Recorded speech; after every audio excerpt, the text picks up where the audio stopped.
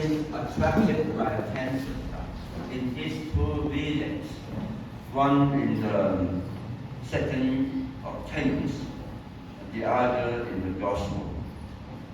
Something I try to understand why.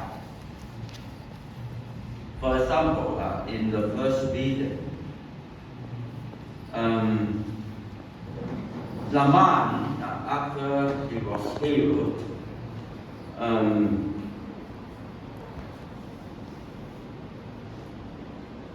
he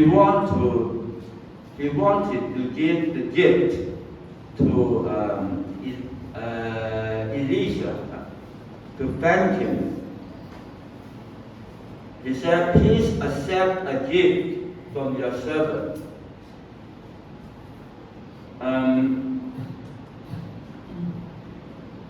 But Elisha replied, "As the Lord lives whom I serve, I will not take it." And despite Naaman's urging, he still refused. Do you understand why? Why he so insisted not to accept? Why he's so strong, so insistent? And then in the Gospel, one came back to thank Jesus after the healing. And Jesus seemed to be upset. Why only one came back? Where are the other 9? So why Jesus so insisted they should come back to thank him? One is not enough. He wants all of them to come back. So these two attracted me to us. Why both of them so insisted? Do you have an answer?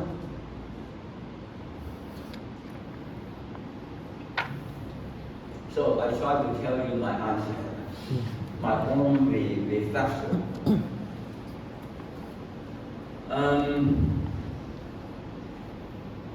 To me, this is not so much about the gift or the thanksgiving. Most important behind is the first-hand experience of God. You know, our experience, most of them are secondary. For example, I'm preaching the good news. I am preaching, and you listen only. I preach what I experience, and you listen. Of course, God allows you to listen to my message, and you believe. Our religious faith mainly came from our parents, right?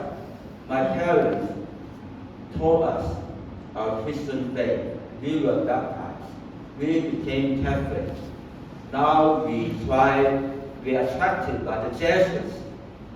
We want to be a Jesuit because the Jesuits are attractive. But all this are secondary experience of faith. It's not the first hand.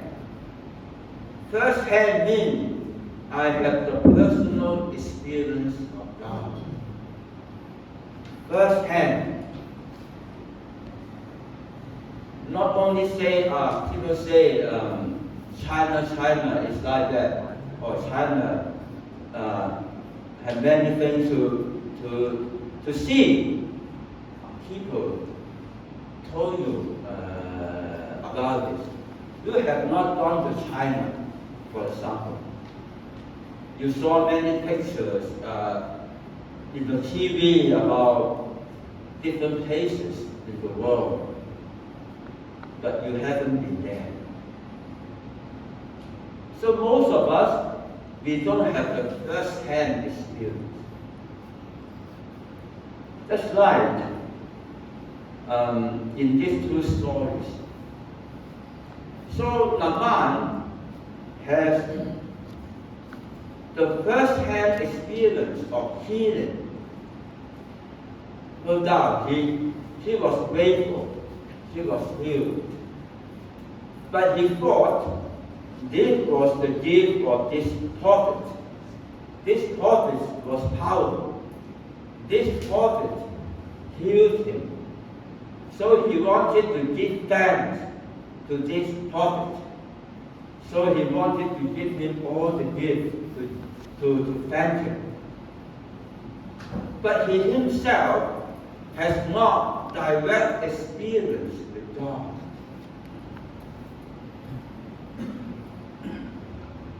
Can you imagine this? Can you see what the point I want to make? For him, the first-hand experience is only from this prophet, Elisha. He was the man of God. I was only helped by this man, so I give thanks to him. But this God, I don't have experience. I don't have access. That's why you will find the readings. So after the refusal of Elisha, what was at the end?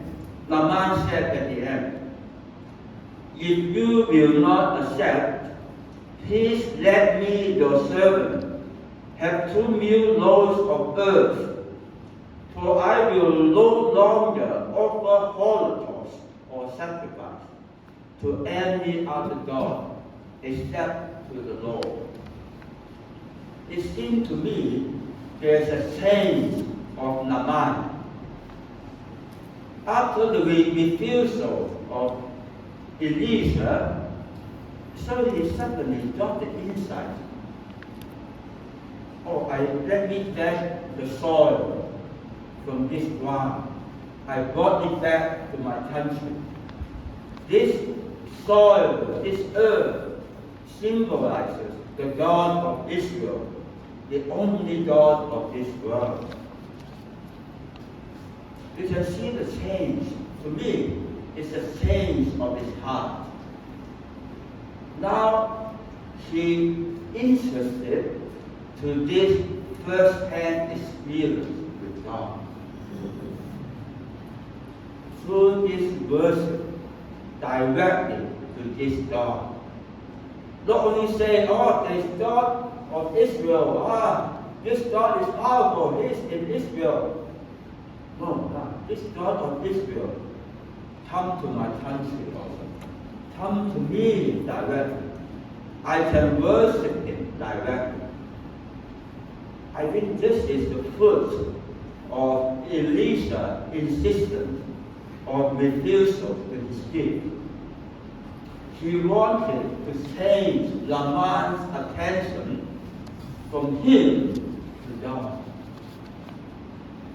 This is the purpose of evangelization. We are priests, we are religious, we bring the gospel to the people.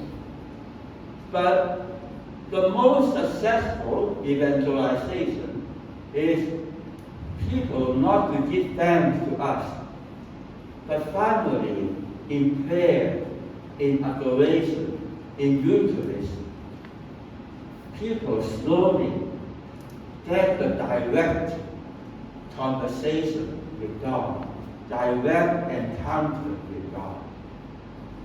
This is also the meaning of Jesus, why He was not so happy. Only one thing right. Because this only one, he sees God in Jesus himself. This man wants to have a personal relationship with Jesus. because he believed that healing came from this man. This man is the agent of God. He wanted to have a direct relationship with this man. He made effort to have relationship with this man of Jesus. The other 9, only maybe they are thankful to Jesus, but they don't build up this personal relationship. My friends, as you search for your own vocation, not only attracted by the Jesus themselves, let yourself be attracted by Jesus himself. When you pray, when you slowly make your retreat, make your spiritual exercises, ask for this grace to have this direct experience of Jesus. This is the foundation of your vocation. Just like in Ignatius, through the cannonball experience, through his experience in Manresa. So you know,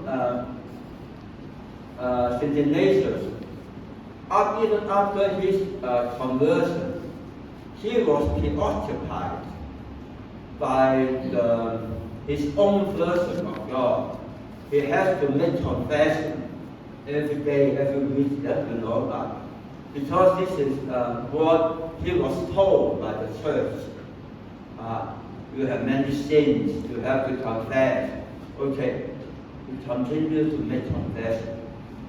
But it doesn't mean he has the direct relationship with God until he had the cardinal experience.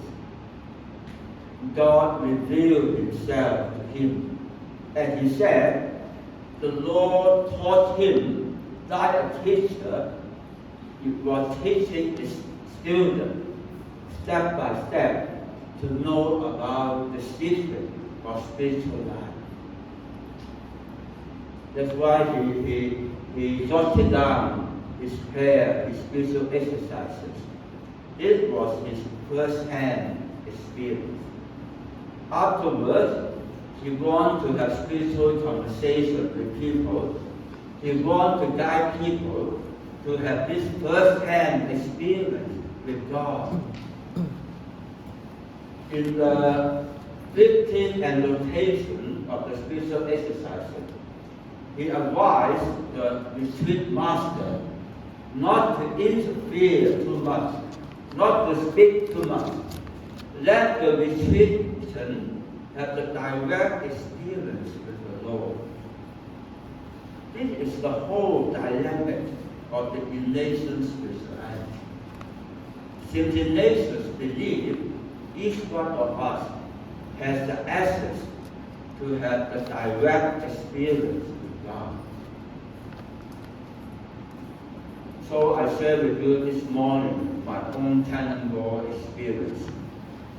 In the beginning, I listened to my sister about my vocation, first to the Carmelite, later to the Trappist. I listened to her, but this was not my direct experience of God. Until I heard the voice from God, join the Society of Jesus. I trusted this voice. This was my own personal experience, not coming from my sister. Even though she cares about me, she loves me, but still not the voice of God. So I learned a very important lesson, how to listen to the voice of God in your own life. Each one of us, our vocation is built upon this first-hand experience.